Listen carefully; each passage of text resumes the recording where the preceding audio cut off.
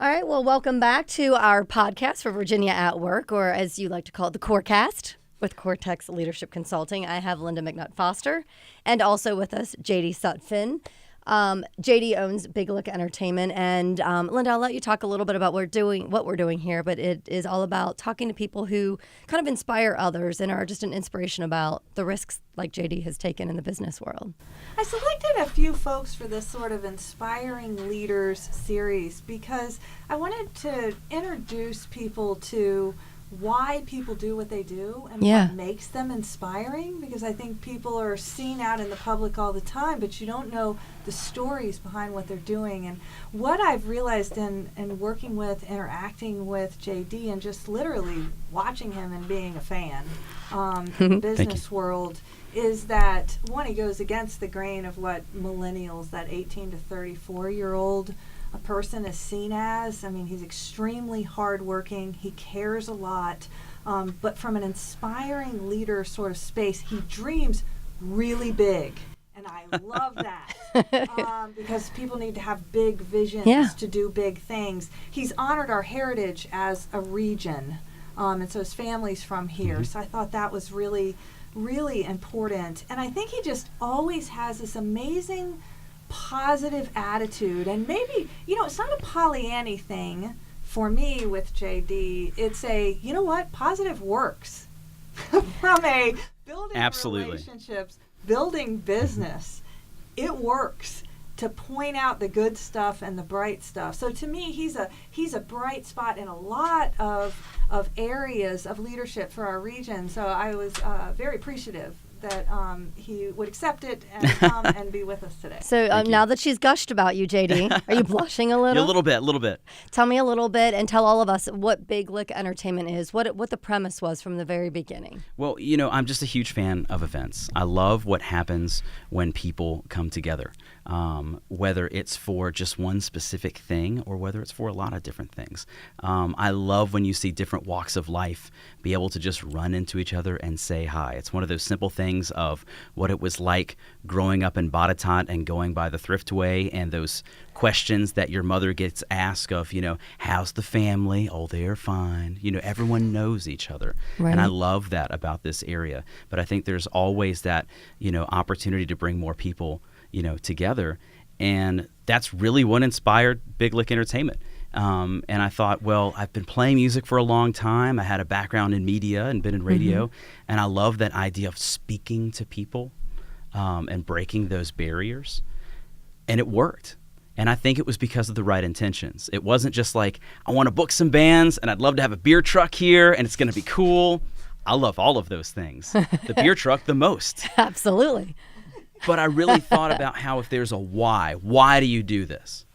And I wanted to stay cognizant of that throughout the entire process of creating the company, even down to what the logo looked like, even why we named it Big Lick Entertainment.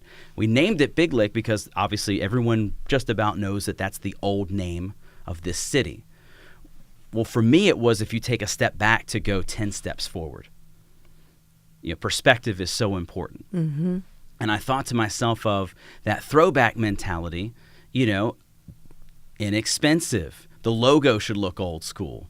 All of these things, we established that from the very, very beginning, and stuck with a pretty strict rule that still is even more so defined to this day as to why we do or do not do something.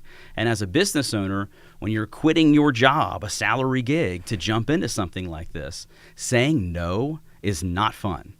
Because you were saying no to money. I mean, you were saying like, I'll be fine. Got a Capital One card. We'll figure it out next month. They'll hopefully take that for the mortgage. Swipe, swipe, swipe. But because I made those decisions, and then now looking years ahead, we're about to celebrate the 4th year of our biggest event, which is just crazy to think about how fast it's gone. But then when I think about prior to being in that business, I felt like I was 11 years old then compared to now. Yeah. And it's hard to stay that positive from what you learn being in the business world and thinking about how many factors and how many variables in every single little thing that you jump into. But the positive energy has stayed. Well, and not everybody wants you to succeed. That is Right. the biggest number one thing that is the shocker for a person that's that influencer personality of I love everything, I want to love everybody. Yeah. When you do realize that there's that percentage of people that just do not want you to succeed, you then realize that if you find those people, you've reached a great level of success. That is a great way to look at it. And that's a really great, because there's so many people that cannot stand Bruce Springsteen. Right. And he's still looking out at the stadium and he's thinking, happy. I think it's pretty good. Yeah. You know, not that we are anywhere near that kind of level, but I think that it's really hard to check that and not let that bog you down. The number one way that I found to not care about any of those things anymore was having my son. Because like now I realize that every single little thing that I get to do, like he provides every positive feeling I've ever wanted to feel in my life. Right. And now the job gets to pay for those things that he loves. And it's like, if that's the goal and it becomes this reciprocal process, that's life to me. If I figured that out at 33, I feel great. You're doing you know? good. Well, we've talked about how positive you are, and JD, just listening to you already is inspiring. I'm going to go find a new job. I don't know what it is.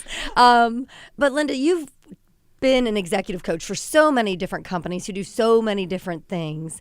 Aside from the positivity, which I think is a huge part of it, what would you say JD is doing differently that is working? Because there are so many entrepreneurs who go for it and have the best intentions and are positive, and it kind of breaks your heart because it doesn't work for some of them. And what is it that he's doing that makes it work? So here's the thing that I think he does amazing, and we did a series on it for the 4 keys. He seeks different perspectives, and he collaborates from that information that he's gotten. Explain what the 4 keys are, too. Yeah, so the 4 keys are like getting results. Check. He does that. Seeking different perspectives. Check. Does that. Is he supportive? Oh my gosh, wrote the book on that. And then can he solve problems? Any problem he can't solve, he seeks different perspectives in order to do that.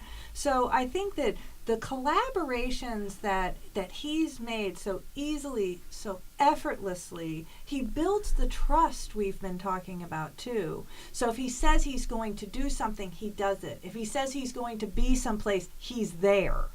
98% of success is simply showing up. Being reliable. Absolutely. Being reliable. So I think he builds trust in a way that can create and maintain collaborations. And he truly wants people to be successful. He wants you to be successful. He refers business to other people. And sometimes that's business that he could have for himself, but instead he shares. And people notice that and reciprocate it. They absolutely do. And it's like one of those things of, if I put, for lack of a better term, the client, first, I think I'm always going to end up winning. Right. Because hopefully they end up being happy with whatever the process is. And I'm huge into really breaking down the nuts and bolts as to why something is going to work or why it doesn't too. And I'm a huge fan of Marco Simonis. That's always about the people, then the process, then the product. So I made sure that in my company and the training that I've gotten from Lynda, that I thought about, like, there are plenty of I am terrible with numbers. Yeah. I don't want to look at any P&L from any event. I want to be like, are people happy? Yeah. Does that pay my mortgage? Cool. Yeah. Did you see the puppies? I'm that like 9-year-old at the event of like, yay, the whole time. So I made sure that one of the partners in Big Lick is an accountant. Right. So he does all of that. He's the CFO of the company, and he can tell me, no, JD, that one's not going to work. Puppies aren't enough. Yeah, no. He has a squirt bottle of water to say, stop spending money to me. Like a cat when they jump on the counter. And then I go back to my paper and I take a nap. But it's crazy. You have to find those right people within the company. And, I'm a big comic book geek. And you think about like those cool superhero teams. Everyone was something different, to bring them all together. And you have to have that. I wanted to ask you guys both something before we wrap this up. A takeaway from you, since you've been a successful entrepreneur, and from you, Lynda, because you have coached so many people. And Lynda, I'll start with you, which is just maybe a takeaway for people who are listening to this, who either A, want to take that big leap and start their own company, or maybe just want to be inspired to do better at the job they already have. And any advice or something that they can, as they're driving into work right now or running on the Greenway, that they can say, you know what, I need to do this. This is what I have to work on. Focus on the bright spots. Focus on what you're doing right and what other people are doing right. Like, you don't have to obsessively figure out what's going wrong.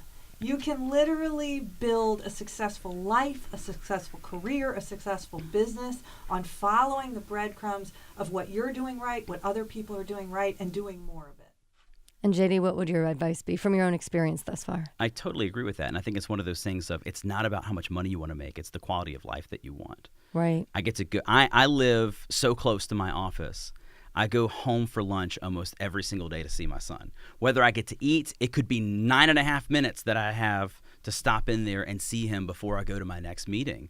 But if that's what my job provided for me, that's it. Right. You know, there is no sellout level of tickets sold that will equal that.